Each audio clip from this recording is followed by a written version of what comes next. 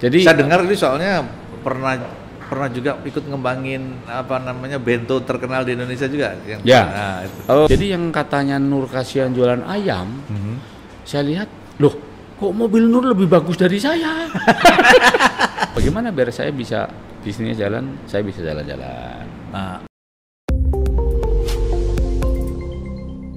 Assalamualaikum warahmatullahi wabarakatuh. Selamat malam kawan-kawan. Senang sekali malam ini kita kembali ada talk show Menyeduh Mimpi kerjasama Teko Utara dengan Lasnas PHR. Alhamdulillah hari ini kita kedatangan tamu yang luar biasa.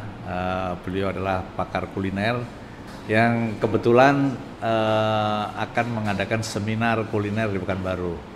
Jadi malam ini kami culik untuk beliau share tentang mimpi-mimpi beliau gitu ya, bagaimana mimpi beliau, benih-benih mimpi muncul, kemudian bagaimana merawat mimpi beliau, dan akhirnya beliau sukses merealisasikan mimpinya.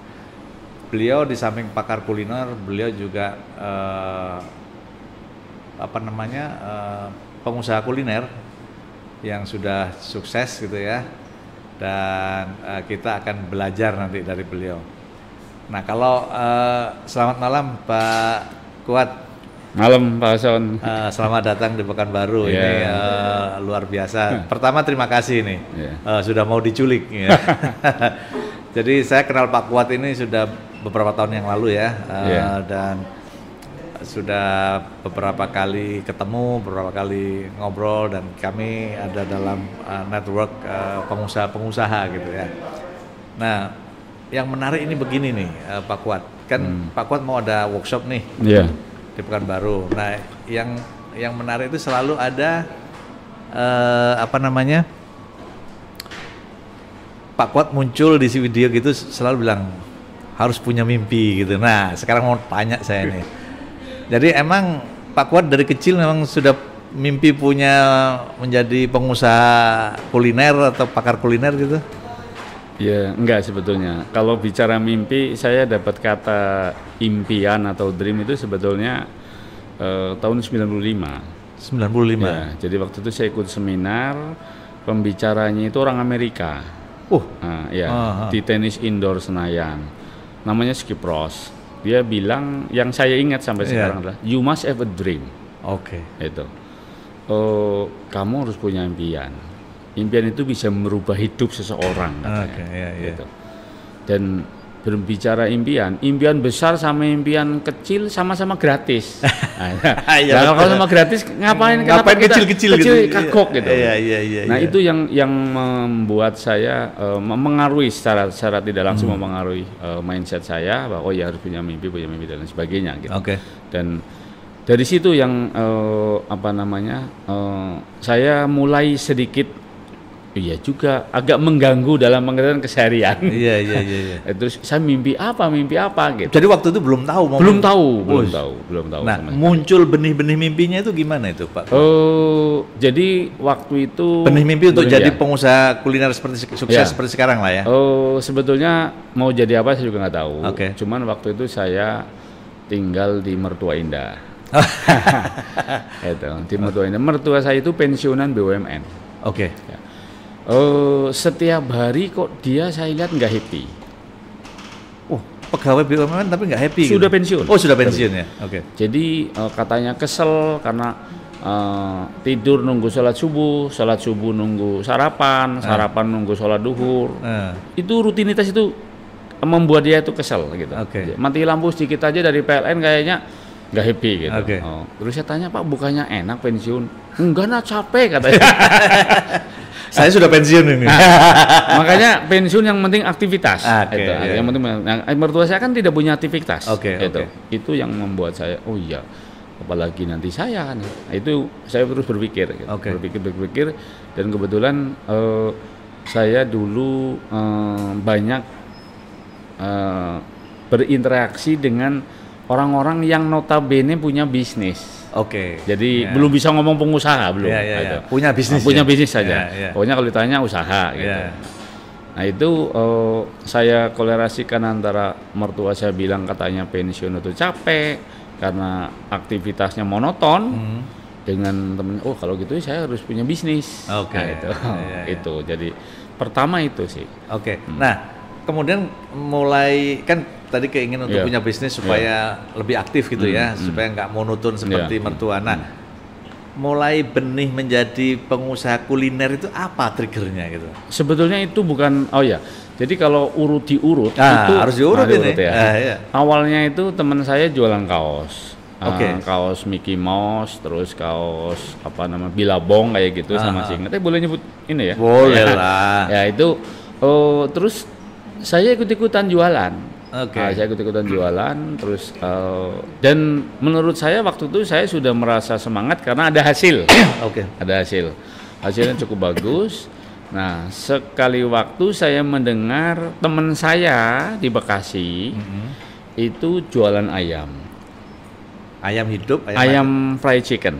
Oh, sudah dalam bentuk kuliner sudah. Kuliner, Oke, kuliner. Terus namanya Nur. Saya tanya sama temannya Nur itu main ke Bandung.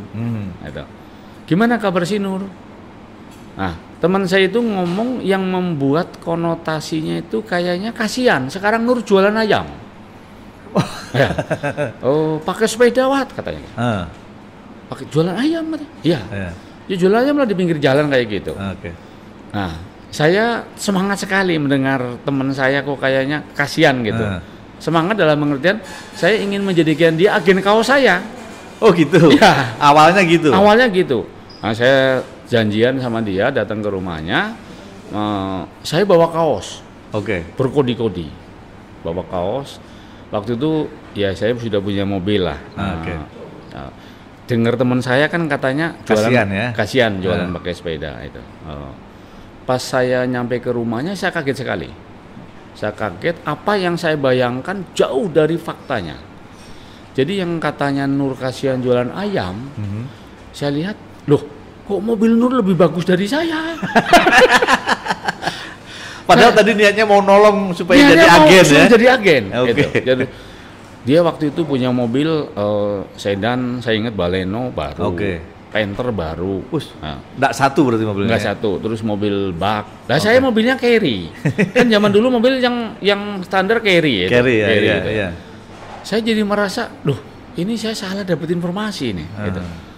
Tapi saya menjadi menarik di situ, saya tertarik di situ ngobrol, sampai akhirnya saya nginep di rumah Nur.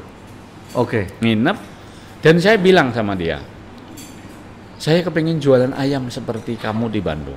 Jadi kebalik. Gitu. Dan kalimat Nur yang sampai sekarang saya masih ingat adalah dia bilang begini, satu-satunya teman yang mau main ke rumah saya cuman kamu. Oke. Gitu. Jadi kenapa dia bilang gitu? Ya mungkin temannya pada nggak mau main karena kasihan.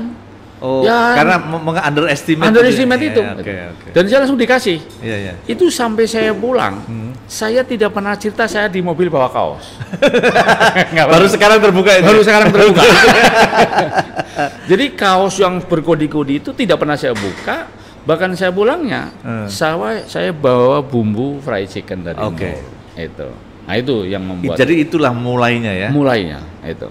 Jadi benih-benih mimpi itu dari Nur inilah ya. Ya, boleh dikatakan begitu. Jadi saya tadinya ya dari estimate dia jualan ayam pakai sepeda kayak gitu.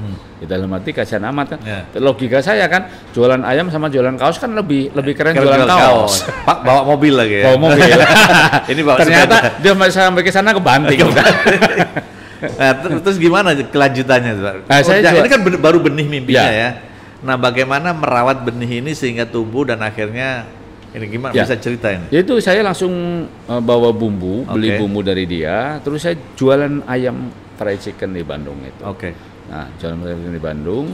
Proses waktu dulu itu ada semacam seminar entrepreneur. Namanya EU. EU ya. Entrepreneur University. Entrepreneur University. Nah, saya masuk ke sana, kok saya lihat ini ada komunitas baru. Komunitas baru yang menurut saya baru lah. Zaman situ komunitas kan jarang banget. Betul. Tahun berapa itu, Pak Fuad? Tahun 2006. 2006. Tapi saya sudah punya bisnis. Bisnis kaos tadi? Enggak, bisnis fried chicken. Oh, fried chickennya sudah jalan. Sudah jalan. Ya. Oh, jalan mulai berapa gerai dulu atau berapa sepeda lah? Memang sepeda juga enggak? Gerobak. Oh, gerobak. 5 gerobak. 5 gerobak. Terus ketika saya masuk ke situ kok narasinya menguatkan apa yang sudah saya lakukan. Oke. Itu. Wah, ya udah ini saya mantep lah di sini. Gitu. Jadi itu yang membuat saya kalau bicara mimpi ya. Jadi karena dulu sebetulnya saya ingin lebih baik lah, lebih maju lah. Yeah, saya dari kampung merantau juga kepengen lebih baik, makanya salah satunya dulu saya kebetulan hobi membaca. Itu katanya membaca itu akan menambah wawasan dan lain sebagainya. Nah, saya buka cakrawala gitu. Terus akhirnya, nah kebetulan saya punya hobi, salah satunya saya itu punya langganan majalah, itu yang majalahnya sampai sekarang masih ada. Itu. Nah di majalah itu seringkali ada informasi seminar-seminar. Seminar kayak macam university tadi itu. Oh itu belakangan. Oh, itu belakangan. Seminar yang di Senayan itu yang. Oh yang di lapangan tenis tadi. Ya di tenis indoor itu. Nah, itu saya informasi dari situ. Gitu. Dari situ ya kesini-sininya intinya apa? Ya mimpi memang mutlak harus lah. Mutlak. Kita kalau nggak punya mimpi ya seakan-akan tidak punya goal. Betul ya. Nggak tahu mau kemana. Nggak tahu mau kemana gitu. Hidup ya ngalir gitu aja. Nanti tahu-tahu tua. Iya. Nah, jadi bermula dari gerobak tadi. Gerobak. Terus kemudian setelah gerobak 5 tadi itu meningkatnya gimana itu? Nah, jadi saya dengar ini soalnya pernah juga ikut ngembangin bento terkenal di Indonesia juga yang jadi dulu itu saya dari Bisa Fried Chicken itu ceritanya itu ada orang Malaysia orang Malaysia itu lagi mau mencari, dia kepengen buka kuliner kuliner yang seperti bento-bento di Indonesia tapi bento di Indonesia kan waktu baru satu itu konon sudah mencari kemana kemari nggak dapat. Nah terus kebetulan ada salah satu teman saya yang ngomong ini ada orang pengen buka gini gitu, kamu bisa nggak? Oh kalau bisa saya nggak bisa, tapi kalau usaha mungkin. Nah, terus akhirnya saya diketemukan dengan orang Malaysia itu, kemudian saya ditanya, ya saya ngomong apa adanya. Saya ngomongnya, saya kalau bikin mungkin sesuai dengan kemampuan saya. Nah, yang menarik adalah ya sudah dia memberi kesempatan kepada saya suruh trial. Suruh trial produk. Saya nggak sama sekali nggak punya pengalaman bikin produk kayak gitu. Saya hanya improvisasi saja. Sebetulnya kalau mau jujur, bekal saya adalah bumbu fried chicken itu. Yang dari Nur tadi. Yang dari Nur. Nah kan bumbu fried chicken kan ya kalau mau dibedahan intinya gurih kan. Iya. Ya sudah, saya bikin produk dikasih bumbu fried chicken. Saya tahu persis bumbu fried chicken itu gurih. Dites, ternyata menurut dia boleh. Cocok. Nah, dia bilang oke lah, boleh dicoba. Gitu. Saya ditanya, kamu minta uang berapa? Nah, saya nggak tahu waktu itu. Jadi saya suruh mendevelop produk, ngelatih di Malaysia. Sampai ngelatih di Malaysia? Iya, kan orang Malaysia nggak tahu. Iya. Ngelatih di Malaysia, terus saya ditanya kamu minta berapa? Saya benar-benar nggak tahu minta berapa. Saya hanya waktu itu pikirannya saya pengen naik pesawat aja. Kan orang kampung naik pesawat keren gitu. Pesawat ke luar negeri. Iya. Luar biasa ini. Saya langsung bilang asal ngomong aja saya. 50 juta kata. Itu tahun 2000. Tahun 2000. Sudah besar tuh. Oh, itu padahal asal ngomong. Asal ngomong aja. Terus dia bilang, "Oke, kami mau meeting bertiga, kamu keluar dulu." Gitu. Saya keluar, terus dipanggil lagi. Gini, jangan 50, udah saya kasih 35. 35 juta. Tiket pesawat PP ditanggung, tempat tinggal di sana ditanggung, tapi makan kamu sendiri. Nah saya di ngomongin 35, dalam hati kalau dia nawar 5 juta saya juga mau kok. Kan yang penting kan saya bisa naik pesawat. Betul. Itu Jadi saya belajar bentuk aslinya di Malaysia, aslinya. Itu di Malaysia. Saya nggak punya, jadi artinya bikin produk kayak gitu ya improvisasi saja saya di Malaysia. Saya bikin mayones, nggak tahu mayones, saya yang tidak punya pengalaman bikin mayones.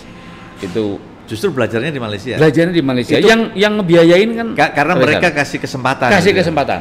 Kasih kesempatan. Jadi saya ada sedikit merasa berdosa itu sama orang Malaysia karena saya pernah membuang produk mayones yang gagal. Jadi saya bikin gagal karena saya nggak bisa gagal. Kan waktu itu mayones tidak menjadi bagian. Bagiannya produk-produk yang lain. Gagal, wah gagal gimana? Saya telepon ke teman yang di Indonesia. Caranya bagaimana sih? Nggak dikasih tahu. Pokoknya kamu cobain aja, nanti juga lama-lama bisa. Gitu. Jadi saya pulang dari Malaysia itu dapat duit, dapat ilmu. luar biasa. Nah, tadi kan ngomong-ngomong mengenai mimpi tadi. Nah, setelah itu sebetulnya mimpi Pak Kuat ini kan sudah mulai ada benih mimpi gitu ya. Udah ditanam. Benihnya dari Nur tadi. Kayaknya Nur ini luar biasa ini. Nah, kemudian mimpi Pak Kuat pertama di bidang kuliner apa? Selain naik pesawat ke luar negeri tadi itu. Saya dulu nggak kepikiran bahwa fried chicken sekarang bisa berkembang seperti ada satu fried chicken yang sangat luar biasa. Saya nggak kepikiran. Cuman saya ingin kuliner saya itu banyak. Terus banyak itu berapa? Pertama apa saja dan berapa banyak? Ya. Jadi banyak dalam pengertian begini sebetulnya. Bukan masalah banyak itu jumlahnya.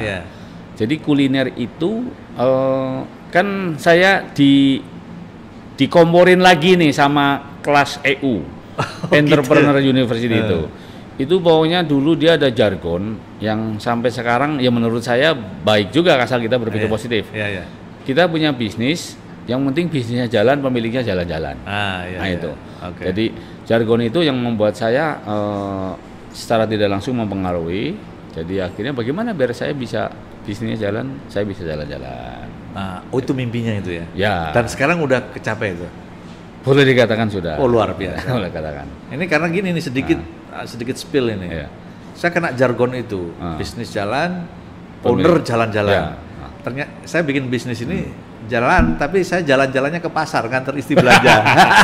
Itu juga jalan-jalan. Itu jalan-jalan. Jalan-jalan dan shopping ini ya. Tapi shoppingnya bumbu-bumbu. Ini masih dalam taraf ini menyamai mimpi. Nah, tadi Pak Kuat ya. Jadi kulinernya tadi dari ayam fried chicken kemudian juga merambah bento gitu ya. Nah, ada yang lebih lagi gimana? Nah, mimpinya bisnis jalan, owner jalan-jalan. Ini udah kecapai nih. Yang saya pernah dengar juga Pak Kuat punya komunitas yang entah umroh bersama atau keluar negeri bersama dalam rangka penguatan. Itu bisa cerita spill sedikit nggak itu? Itu dalam rangka penguatan bisnis juga? Ya, salah aja kebetulan karena seringkali beberapa kali ke luar negeri bareng sama teman-teman yang kebetulan basicnya networknya dari satu network. Yang tadi yang jargonnya adalah bisnisnya jalan, orangnya jalan-jalan. Lama-lama berkembang. Ketika network saya ada yang bikin umroh, saya ikut umroh. Terus umroh, terus ketika umrohnya misalnya ke ke Aqsa, ikut. Terus ke Eropa ikut, Terus bulan lalu ke Amerika ikut, Umroh ke Amerika ini ya? Iya. Tapi yang sedengar memang bukan hanya sekedar jalan-jalan itu kan, ada sharing session, sharing bisnis dan sharing ilmu juga. Sebetulnya manfaat yang sebetulnya diambil dari pertama networking. Networking. Ya. Jadi ya kalau bahasa umumnya silaturahmi lah. Dengan silaturahmi sekarang di network komunitas bisnis saya kenal dengan Pak Akson, ya kan? Itu. Terus saya kenal dengan yang lain-lain gitu. Jadi networking itu penting. Tapi kalau bahasa mau disederhanakan lagi adalah silaturahmi. Silaturahmi kan bisa dapat 3 hal. Wawasan, ilmu, sama networking. Jadi kesininya saya semakin semangat ketika saya berinteraksi, bernetworking dengan orang lain, yang paling tidak satu frekuensi lah. Gitu. Yes, yeah. Jadi nanti kalau misalnya lagi nggak semangat, nggak lagi loyo, lagi down, minimal kayak dapat suntikan baru, semangat baru gitu. Ya, ini pertanyaan ini Pak Kuat. Jadi saya sih selalu menganalogikan mimpi itu seperti perjalanan kopi lah ya. Makanya di Tek Utara ini talkshow-nya namanya Menyeduh Mimpi. Nah, kalau menyeduh itu kan sudah bagian terakhir itu ya. Awalnya kan ada bibit ditanam, dirawat. Prosesnya panjang sebelum mimpi itu terrealisasi. Nah, dalam perjalanan itu ada nggak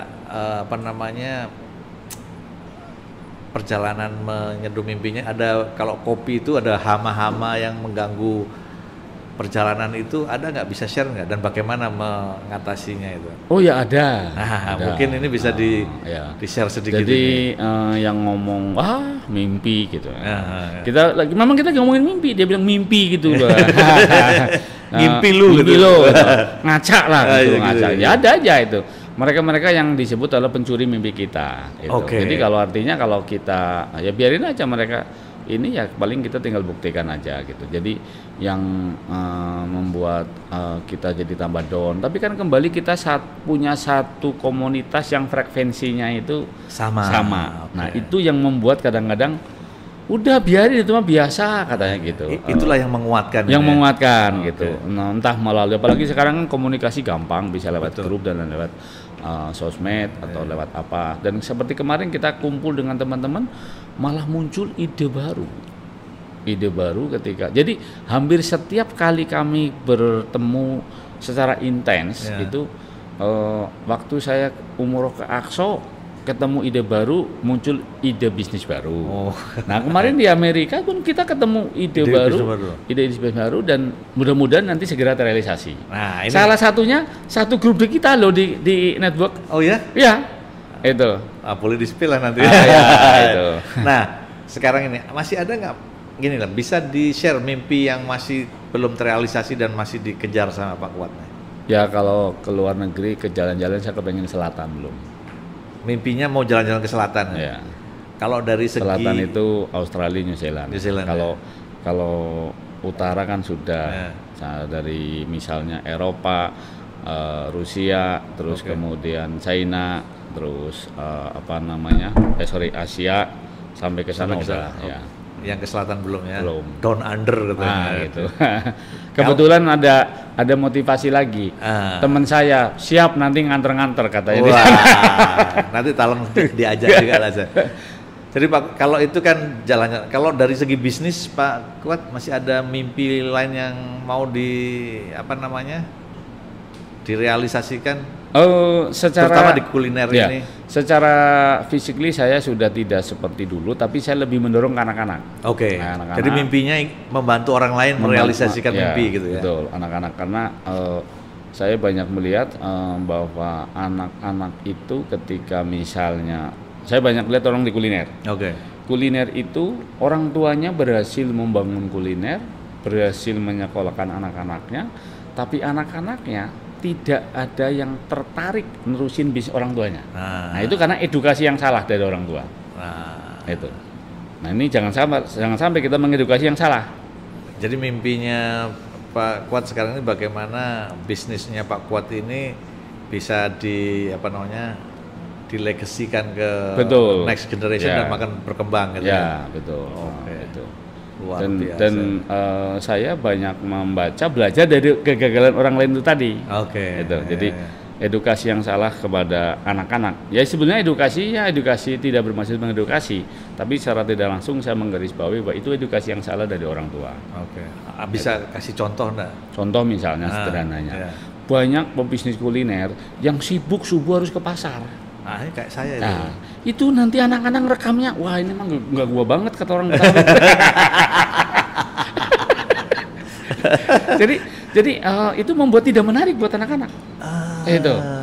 Jadi anak-anaknya dia ngelihat orang tuanya sangat sibuk aja. Itu. Bukan sesuatu yang fun gitu ya. Ya itu. Nah itu saya sadarnya dari apa? Saya sadarnya ketika saya nengok anak saya kuliah di Eropa. Saya tanya, kamu endingnya mau kemana? Itu ngapain jauh-jauh kuliah? Ya saya ingin seperti papa, jalan-jalan. Oh, jadi jalan-jalannya itu yang jadi motivasi. Jadi motivasi. Ya memang anak-anak saya nyaris tidak ada yang pernah tahu saya subuh ke pasar. Padahal itu dulu harian saya. Kayaknya anak saya juga nggak tahu karena dia nggak di sini. Jangan tahu lah. Jangan tahu ya. Taunya fun-funnya fun gitu. Aja. Oh, mantap ini. Nah, ini sedikit ini. Kalau tren kuliner ke depan ini apa ini Pak Kuat? Ini pertanyaan sebagai pakar kuliner ini. Sebetulnya kalau bicara tren itu kan ya kalau saya ngomong bisa jadi subjektif juga. Tapi karena saya sejak 5 tahun yang lalu selalu ditanya apa sih Pak tren kuliner, dan kebetulan sebagian besar yang nanya saya menangkapnya dia betul-betul ingin tahu. Ya saya jawab.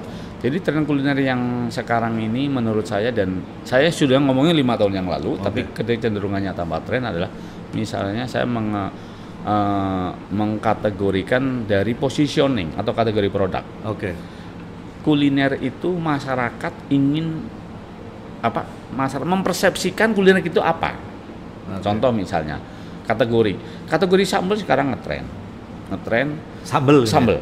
Jadi bahkan di Bandung ada rumah makan ayam titik-titik diganti jadi sambal. Jadi memang yang dijual sambelnya itulah ya. Sambelnya. Teman saya mau buka pecel lele, dia ikut kelas saya, nggak jadi buka pecel lele, tapi ganti jadi sambel. Padahal menu pecel lelenya dipakai semuanya, kecuali cacahan, dan sukses. Saya juga nggak tahu dia ngomong begitu, tahu-tahu dia nulis di sosmed. Itu. Jadi terinspirasi, akhirnya mau buka pecel lele diganti sambal. Yang kedua, ini Pak Akson sudah mulai. Apa itu?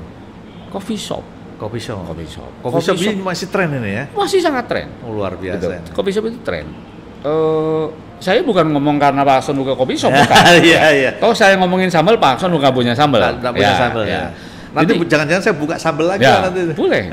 Jadi coffee shop ini menjadi tren kenapa? Karena pasarnya bertambah, yaitu anak-anak milenial. Kalau dulu orang ngopi itu cenderung generasi kolonial kayak saya, kayak Pak Akson. Ini saya kolonial. Senior lah. Kalau ngomong tua kan kayaknya gimana gitu. Betul. Kayak pensiunan gitu ya. Padahal kita masih aktif. Senior. Itu coffee shop luar biasa. Itu coffee shop. Terus yang ketiga adalah, jadi karena coffee shop itu karena pasarnya nambah. Marketnya berkembang. Coba malah sekarang kalau mau dipikir-pikir, coffee shop kita mau amatin, coffee shop yang rame di setiap kota pasti malah justru pengunjungnya adalah anak muda. Kalau dulu yang kolonial itu. Terus yang ketiga adalah yang berbahan baku tepung-tepungan. Tepung malah. Itu tepung itu seperti apa? Misalnya dimsum, mie. Itu terus bakery kayak gitu. Bakery sekarang saya karena kebetulan dikasih kesempatan setiap bulan jalan keliling beberapa kota, saya ngeliat pertumbuhan bakery luar biasa. Itu jadi saya kategorikan biar gampang udah yang bertepung. Karena dimsum juga sekarang di mana-mana ada. Itu kalau Pak Akson ke Bandung ke Jalan Dipati Ukur itu kayaknya jalan itu kalau malam udah jalan dimsum aja. Sepanjang itu. Yang keempat adalah itu tadi yang berkuah. Jadi berkuah ini mau bening, bakso, soto, yang berkuah, mau ramen itu. Sebetulnya itu makanan udah lama. Tapi menjadi tren. Coffee shop jadi dulu sudah ada. Kedai kopi sudah ada. Cuman sekarang menjadi tren karena adanya pemain baru. Dan yang kelima ini semenjak COVID, frozen food. Jadi bisnis di frozen foodnya ya? Frozen foodnya. Makanya saya belum lihat karena belum keliling Pekanbaru untuk kedatangan sekarang. Di beberapa kota sekarang muncul supermarket frozen food. Itu semenjak COVID. Jadi habit orang Indonesia juga udah mulai berubah. Ibu-ibu middle up, saya memprediksi ke depan di rumahnya kayak restoran. Punya stok makanan.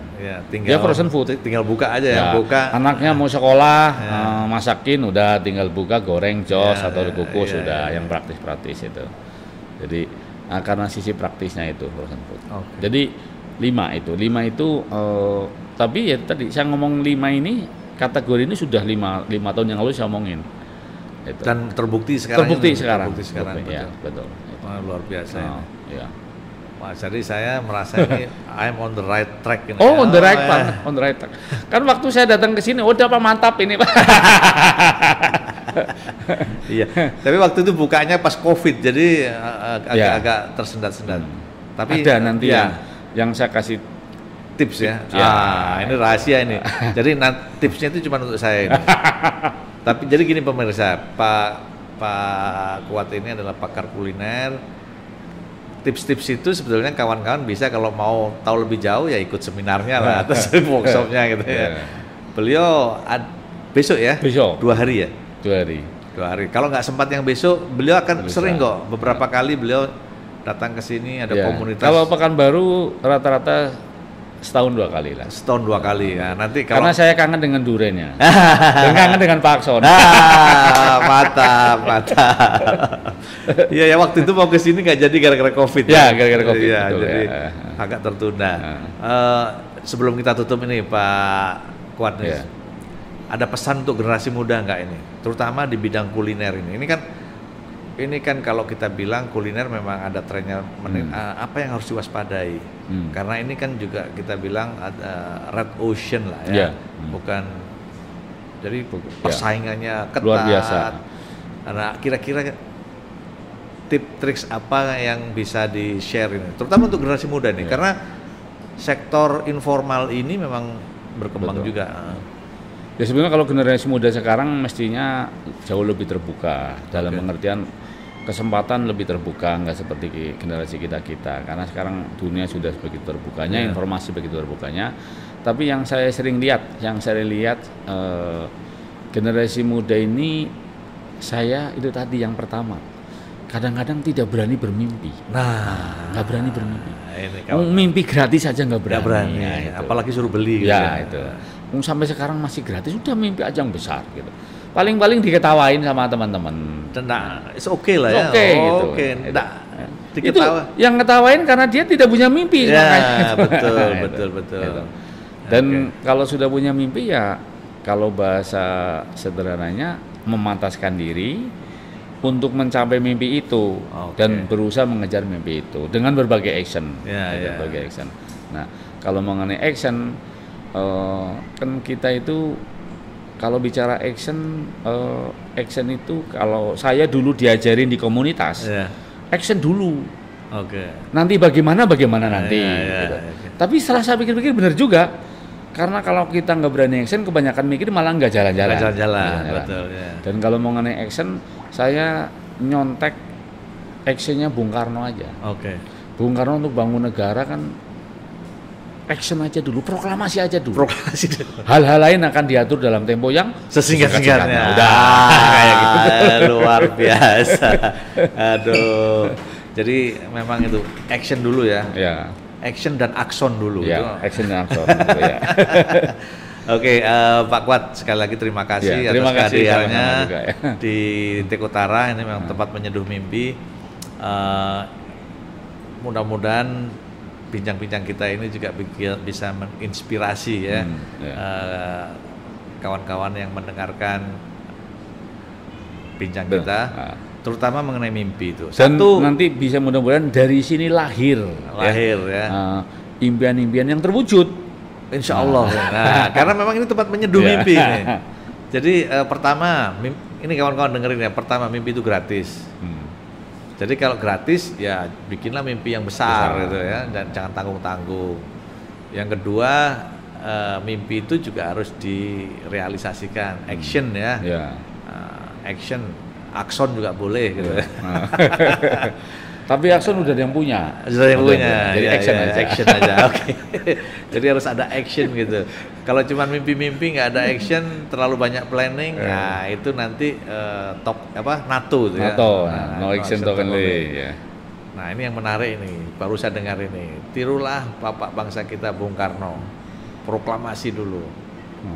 Segala sesuatu dikerjakan dengan sesama dan dalam tempo yang singkat-singkatnya. Luar biasa. Terima kasih sekali lagi kawan-kawan, itu bincang-bincang kita dengan Pak Kuat, pakar kuliner. Kalau memang mau pingin dengar tips trik lebih jauh, silahkan ikuti seminarnya, setahun 2 kali ada di Pekanbaru.